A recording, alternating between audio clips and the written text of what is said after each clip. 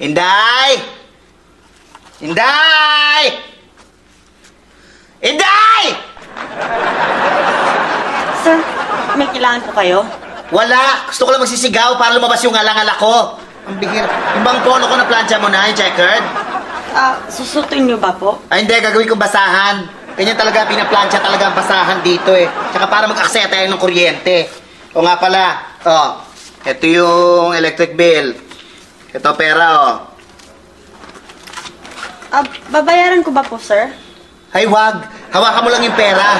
Antayin mong tumubo yung puno, mamunga ng mga barya. Ha, syempre, mapuputulan tayo ng kuryente. Ano ka ba? Magkain ka na nga ng pagkain? Kakain po kayo, sir? Ay, hindi. Pipicturean ko lang. Gusto ko maging food stylist eh.